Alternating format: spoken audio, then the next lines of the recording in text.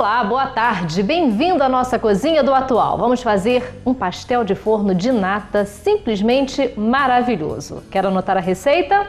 Já está tudo aqui em nossa bancada, sempre com marca registrada Cavalo Preto e com tudo muito delicioso.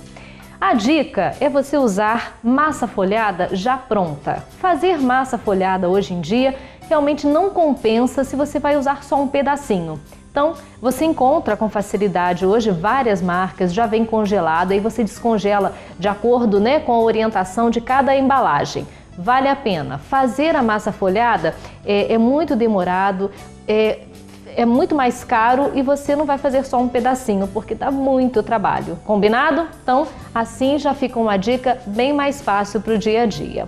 Nós vamos fazer um creme bem interessante, porque nós vamos usar essa massa também de uma forma um pouquinho diferente, que não é difícil, só é diferente. Então, o creme, eu tenho aqui uma panela que eu vou colocar a quantidade de leite que pedimos aí na nossa receita, acrescentar açúcar, tudo tá saindo a quantidade exata que a gente precisa. Farinha de trigo, vamos mexer para misturar principalmente a farinha de trigo e um pouquinho de sal. Misturando apenas para dissolver a farinha de trigo. Vou passar as gemas por uma peneira. Como nós estamos fazendo doce, o ideal é que a gente faça isso para que a gema não fique com um cheiro, e um sabor muito forte. Eu conheço gente, sabe, tipo a Divina assim, que não consegue comer nenhum tipo de doce se tiver cheiro de ovos. Então isso daqui a gente fazendo já vai facilitar e já vai diminuir bastante o cheiro que o ovo traz. Então, ó, tirando as gemas e vamos levar agora tudo para o fogo. Eu ainda tenho o creme de leite para colocar e vou acrescentar casca de limão, porque vai dar um sabor muito especial, e 2 pauzinhos de canela. Também vai dar um sabor bem especial. Depois que estiver pronto esse creme, eu vou acrescentar o creme de leite, que pode ser fresco ou não, e você vai retirar na hora que a gente for fazer os pastéisinhos, nós vamos retirar a canela e os pedacinhos de casca de limão. Passe de mágica. O creme já está no ponto e frio. Nós vamos acrescentar agora somente o creme de leite. O ideal é que você faça isso com o creme frio, para que o creme de leite não fique com dá aquela talhada. Dessa forma, você tem mais garantia do creme ficar do jeito que você precisa. Pronto, tudo misturado, já retirei o pedaço de canela e também os pedacinhos de limão. Vamos reservar o creme, que já está frio, e vamos aqui para a massa. Nós vamos enrolar a massa, aqui a massa folhada eu já abri, um pouquinho, é muito fácil, abrir com rolo. Você só faz um movimento e nós vamos enrolar essa massa como se fosse para fazer um rocambole. Dessa parte maior, nós vamos aqui, ó, enrolar como se fosse um pequeno rocambole, só que sem nenhum tipo de recheio. Somente enrolando. Feito isso, dá uma pressionada, ligeira pressionada assim com as mãos e vamos cortar. Mais ou menos em fatias de 2 dedos, tá? Quem tiver o dedo mais gordinho não tem problema não. 2 dedos mais ou menos, você vai cortando a massa. Então você já vai fazendo, ó, aos pouquinhos, para que a gente possa colocar nas forminhas. Passe de mágica apenas para eu terminar de fazer as fatias. Com a massa já enrolada e cortada, ela vai ficar como se fosse assim, ó, um rocambole sem recheio. Você vai pegar esse rocambole, levar para uma forma de empada. Não precisa untar nada, porque a massa folhada ela já é bem gordurosa. Vai fazer um pequeno furinho no meio assim, ó, e vai abrindo aos pouquinhos a massa aqui dentro, fazendo um movimento bem fácil. Ela vai ficar toda folheada depois por fora. Abra bastante para caber o creme aqui dentro. Com o creme já frio, olha que bonito que fica.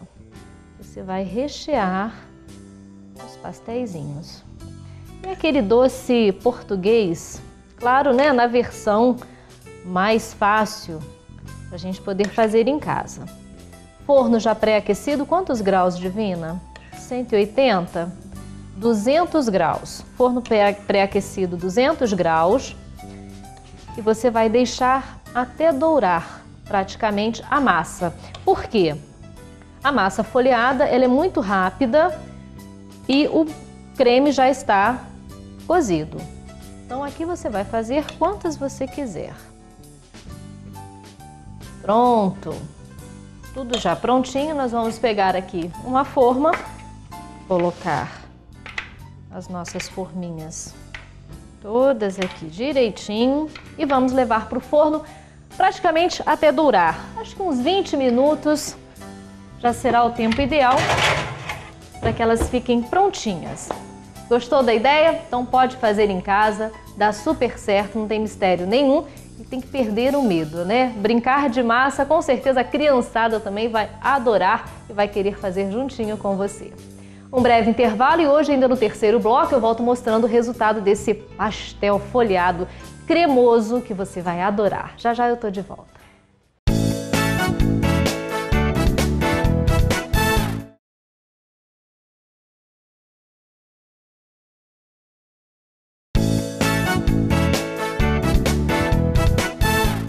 O Atual está de volta e para quem gosta de plantas não pode perder a entrevista agora. Vamos conversar com o paisagista Leonardo Macena sobre os bonsais, saber um pouquinho da história e como até você cuidar de um em sua casa. Vamos lá? Boa tarde, Leonardo. Boa tarde. Que bom tê-lo aqui no Atual. Obrigado. E falando de uma técnica milenar, vamos conhecer assim um pouquinho da história do bonsai. Como é esse começo? Olha, assim, são várias linhas de raciocínio que os estudiosos falam da origem do bonsai. A que eu acredito assim, ser mais, acho até mais bonita de se contar, é sobre monges tibetanos que iam para as florestas, iam para os bosques, né, iam para aqueles lugares, para as montanhas, para meditação, e queriam trazer um pouquinho daquela paz para dentro das suas casas. E aí foi o que eles começaram a fazer, trazer aquelas árvores, daqueles locais bonitos, para dentro das suas casas e trazer em vaso. Então aí sim começou essa técnica de miniaturizar as árvores, quando colocá-las no vaso, e aí sim podando, e tratando, e condicionando, para que elas se mantivessem sempre ali com saúde, né? E trazendo aquela contemplação da natureza para dentro de casa. É uma linha que eu acho muito bonita até. Algumas pessoas até falam que você está maltratando a planta quando você acaba miniaturizando, né? É verdade isso ou é um mito? Olha, isso para mim é um mito. Por quê? Porque se a planta estivesse sofrendo, se ela estivesse passando por algum problema de deficiência, ela não ia brotar. Ela ia passar um mês, foi colocada ali no vaso, morre. Não está bem, a planta morre. Isso é normal, é lei da natureza e não é o que acontece. Você põe, às vezes você até salva uma planta que estava ali morrendo, você coloca no vaso, você começa o trabalho de adubação, você está sempre regando, você está sempre monitorando, você tem praga, você tem doença, você cuida, você está ali sempre, coloca no sol e sempre com aquele cuidado. Assim, acho que a primeira premissa do bonsai é a observação e a paciência. Por quê? Você vai ver uma planta, você vai ver se ela está para entrar na primavera, então você vai ver como que a planta está se comportando. Ela está começando a lançar brotos novos, ela está começando a florescer, a frutificar. Então você tem que saber cada época que essa planta... É observação. Nenhum livro, qualquer livro que você vai ver, você vai estar lá dizendo primavera, outono, inverno, verão. Mas você observando, você vê, ela está para dar flor, ela está para dar fruto. Então você observando, você vai saber quando você pode mexer, entendeu? Galhos, por exemplo, para ser bonsai, tem que ser o tronco lenhoso. Sim. A gente no paisagismo chama de lignificado, que é esse aspecto... vou até virar aqui um pouquinho. Esse aspecto de lenha. Grossinho. Que essa casca dura, entendeu? Que é diferente dessa parte aqui que é molenguinha. É a lignina, que é um hormônio que faz com que que fique essa parte lenhosa. Sim. Por exemplo, na hora de você precisa ser lenhoso. Na hora de você comprar um bonsai, é importante que você identifique isso. É legal que você veja se ela já tem, se ela está num tronco, não é só um graveto que foi espetado na terra, entendeu? Você pode pegar, você pode fazer isso aqui, ó. E ela não vai sair? Ela não vai sair. Se fosse um galho enfiado ali, ia vindo na sua mão. Então, quer dizer, ele está tão acoplado aqui que as raízes já formaram um torrão, que é isso aqui. A gente visualizando parece até um chachinho. Né? Na verdade, isso é só terra. Terra e muita raiz velha. Muita raiz morta, muita raiz embolorada. Que essa planta ela tava numa lata que eu tirei antes de vir para cá, porque foi uma operação cirúrgica praticamente. Então, ela já está há muito tempo aqui. Então, quer dizer, já está saturado. Então, a terra está compactada, as raízes muito emboladas. Então, o que a gente vai fazer? Mais um benefício para a planta. A gente vai abrir essas raízes, a gente vai deixar soltinha para quê? Para que ela tenha um caminho melhor para se desenvolver. Pode-se fazer bonsai de qualquer árvore ou planta? Como que a gente identifica, né? O bonsai é uma árvore ou qualquer tipo de folhagem? Olha, para ser bonsai, o primeiro aspecto tem que ter esse tronco lenhoso. Tem que apresentar esse caule lenhoso. Um segundo aspecto que a gente leva em consideração é o tamanho das folhas. Assim, até existem, mas são exceções. Bonsai de manga. Por exemplo, bonsai, o que prega o bonsai? São árvores de 30 centímetros, de 60 centímetros. Tem classificações de tamanho, mas não passa de 1,20 m mais ou menos. Sim. A gente chama de bonju, que é o bonsai de jardim.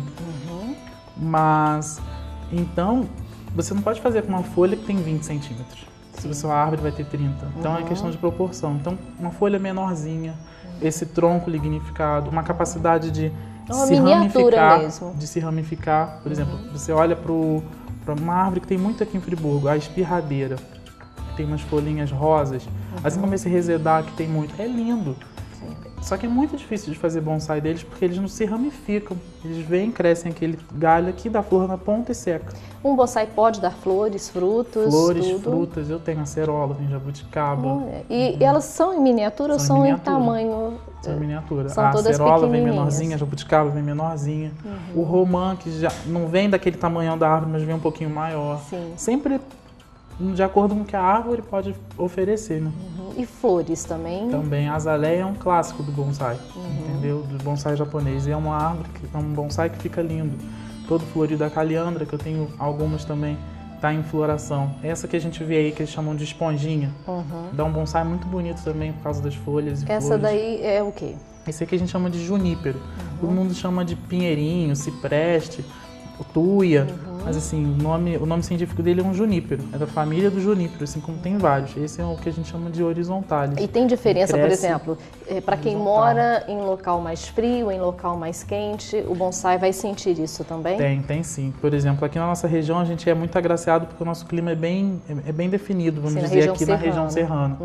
Porque aqui eu tenho essa espécie, que é uma espécie que gosta de lugar mais frio, mas com muito sol.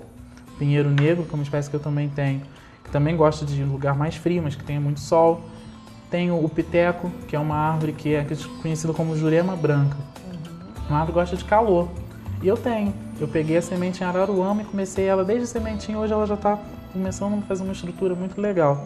Eu peguei em Araruama, é um lugar muito quente. Aqui eu estou conseguindo fazê-la também. Então a gente dá sorte por isso. Sim. Mas tem espécies como o pinheiro branco que aqui já não dá. Porque precisa daquela condição climática típica assim do Japão, de clima mais frio, né? Ok. Bom, Leonardo no próximo bloco vai ensinar a montar esse bonsai. E aí nós vamos falar um pouquinho até de algumas vasilhas, algumas ferramentas que são necessárias nesse momento. Não é isso, Léo? Ok, vamos sim. Então, um breve intervalo comercial e o Atual já está de volta.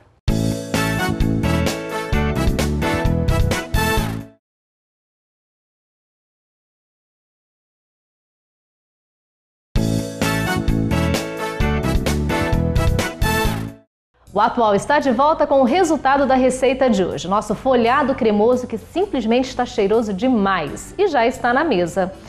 Muito fácil de fazer, não tem mistério nenhum. Você que acompanhou o passo a passo no nosso programa, com certeza vai fazer facilmente em casa.